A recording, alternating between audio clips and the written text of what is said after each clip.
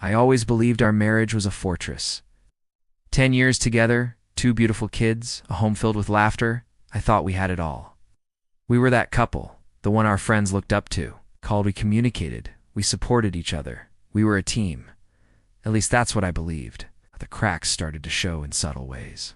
Late nights at the office became more frequent. Her phone, once left casually on the counter, was now always in her pocket or face down. When I asked, the answers were always plausible, but a cold knot of dread began to tighten in my stomach. I told myself I was being paranoid, that I needed to trust the woman I loved. One evening, I came home early to surprise her and the kids. The house was quiet. Too quiet.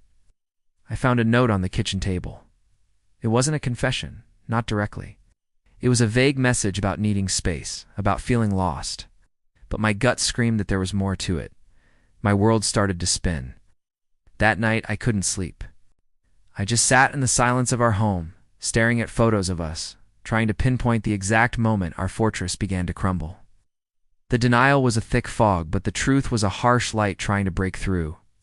The confrontation was the hardest thing I've ever had to do. I didn't yell, I didn't scream, I just asked.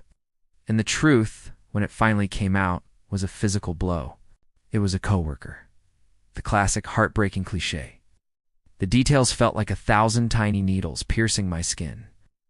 Every memory we had ever built together suddenly felt tainted, like a scene from a movie I had completely misunderstood.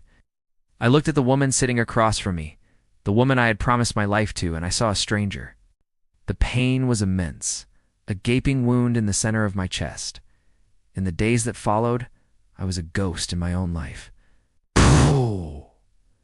I went through the motions work, making breakfast for the kids, pretending everything was normal for their sake. But inside, I was shattering. I felt an overwhelming mix of anger, betrayal, and a profound sadness that settled deep in my bones.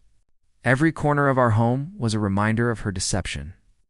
I replayed conversations, searching for clues I missed, blaming myself for not being enough. It was a dark, lonely place, and I felt like I was drowning in the wreckage of the life I thought we had. But you can't live in the wreckage forever. One morning, looking at my children's faces, I knew I had to be strong for them, and more importantly, for myself. I started therapy, a space where I could finally unload the weight I was carrying without judgment. It wasn't a magic fix, but it was a start. I began to rediscover the person I was outside of the marriage. I picked up old hobbies, reconnected with friends I'd lost touch with, and focused on being the best father I could be. The path forward is still uncertain. The trust is gone, and rebuilding it seems like an impossible task. But I've learned that I am stronger than I ever thought possible. This experience, as devastating as it was, didn't break me. It tested every part of me, and in the process, it forced me to find a strength I never knew I had. Thank you for listening to my story. If you're going through something similar, remember to be kind to yourself and know that you are not alone.